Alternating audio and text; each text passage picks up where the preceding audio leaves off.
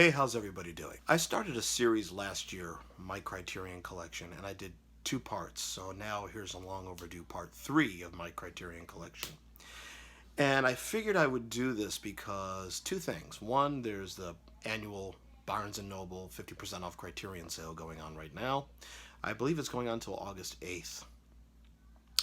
And also, Criterion just finally announced their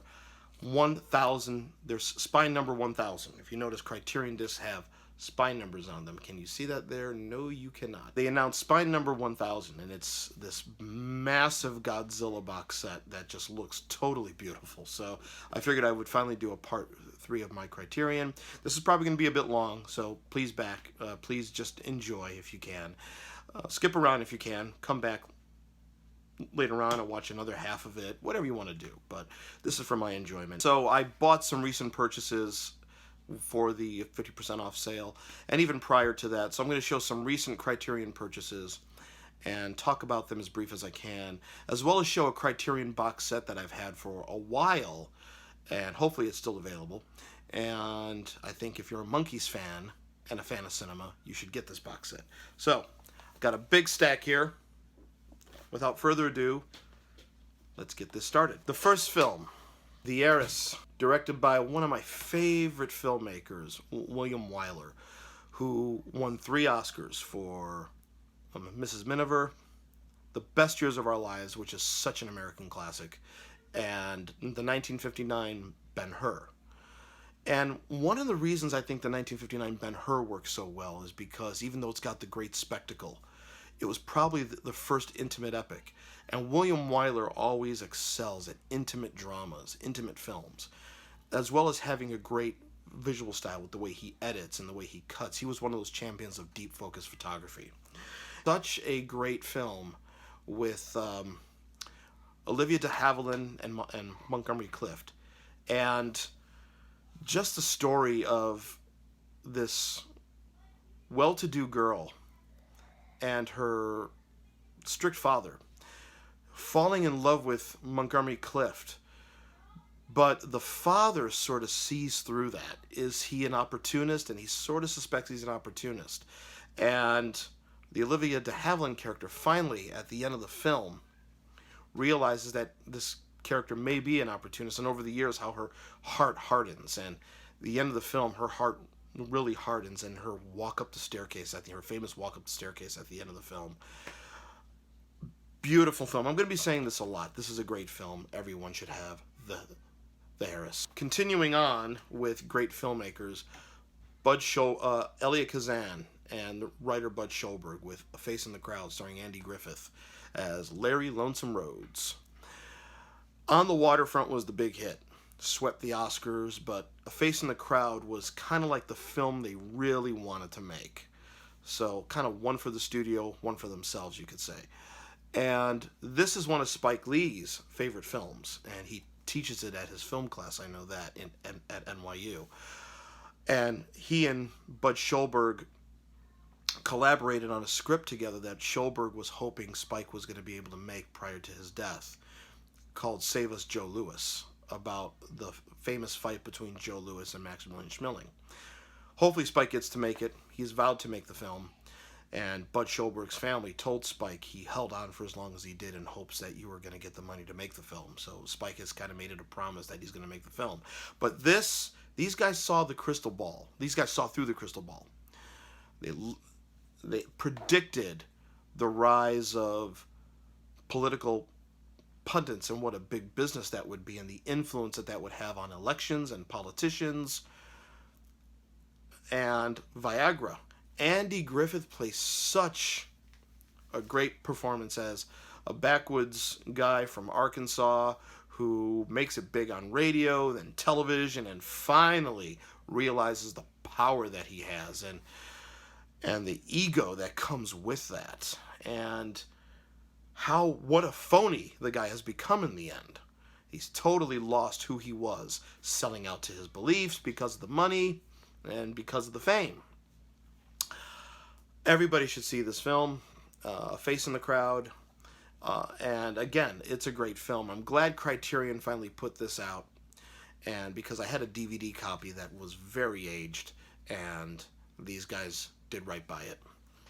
George Cukor, The Philadelphia Story, with three powerhouses: Jimmy Stewart, Cary Grant, and Kate Hepburn. All three give great performances. George Cukor is one of those great Hollywood craftsmen who finally got his Oscar with My Fair Lady. This was a full-on restoration, and I recently watched this again because I've seen it, but in horrible versions. This Criterion did a full-on 4K restoration because the original camera negative was burned in a fire, as a lot of nitrate camera negatives from that period often did, because they weren't stored properly. Nitrate could really burn up, and they used a fine grain master that I think Library of Congress had. I could be wrong if it was Library of Congress. I have to take out the about the transfer in here, but the bottom line is it had a lot of warping, and they had to do some work on it. My favorite scene in this film is when both Jimmy Stewart and Katharine Hepburn are drunk, and just the dynamic between those two during that performance. Both are insulting with each other, and both are complimentary at the same time. Everybody needs this in their collection, The Philadelphia Story. Two I'm going to talk about because these two went head-to-head together at the Cannes Film Festival, and this was the one that won the Palme d'Or. But both of them are great films. Both of them are excellent. I never owned Sex, Lies, and Videotape, and I seen the film when it came out. I liked it. I like Steven Soderbergh, but I mainly wanted to get this because they talked about this on the podcast. And notice I saved the Criterion hype stickers here, and I put them on a lot of them, the ones that say director approved. I think this is kind of a badge of honor right here. And Steven Soderbergh actually supervised this transfer himself, but didn't do a lot of work on it. He basically wanted to use HDR on it, and basically said, I just wanted to pop in a few places. That's it. So I wanted to check out this transfer. I haven't watched it yet because I've seen the film, but now I'm finally glad that I own Sex, Lies, and Videotape in my collection because I love Soderbergh. My favorite Steven Soderbergh film will always be Traffic. I know the more commercial ones that he's done, like Erin Brockovich, are out there, but Traffic is also a Criterion collection as well, so I may do another one focusing on specific directors again. And I plan on doing a Blu-ray pick of the week of this soon, probably this week. Spike Lee's Do the Right Thing. One of my favorite films, and one of the films of my high school years. And one that's come out several times. This packaging is just so beautiful. I'll go in depth on this when I do a Blu-ray review of this, which I'm going to do. If you don't know Do the Right Thing already, you should know about it, and I'll talk in depth about this one. Another recent purchase. I've never seen this film. I've always wanted to, and I just watched a bit of it. I do know back in the time, the Eurythmics had a soundtrack album of it. And I found out that the director, Michael Radford, actually had an orchestral score that he preferred, but the studio told him, no, we're going to get the Eurythmics because they're hot right now and we kind of want a pop electronic score for it. His preferred score was this orchestral one that he commissioned. The Eurythmics had a hit song out of this called Sex Crime, 1984, and the Blu-ray has both soundtracks on it. This was famous too for being Richard Burton's last film. But what I watched of this already, it's for a low-budget film, getting what appears to be thousands of extras and the futuristic Orwellian look of this. This is probably the most definitive version of Orwell's 1984. So I can't wait to finish this, and I can't wait to watch it from beginning to end. Especially since Roger Deakins, the great Roger Deakins, was the cinematographer of this. Jim Jarmusch, Stranger Than Paradise, another recent purchase. And I've seen this countless times on VHS. But I've borrowed the Criterion DVD of this, but I never owned it myself. And I finally said I need to have this in my collection.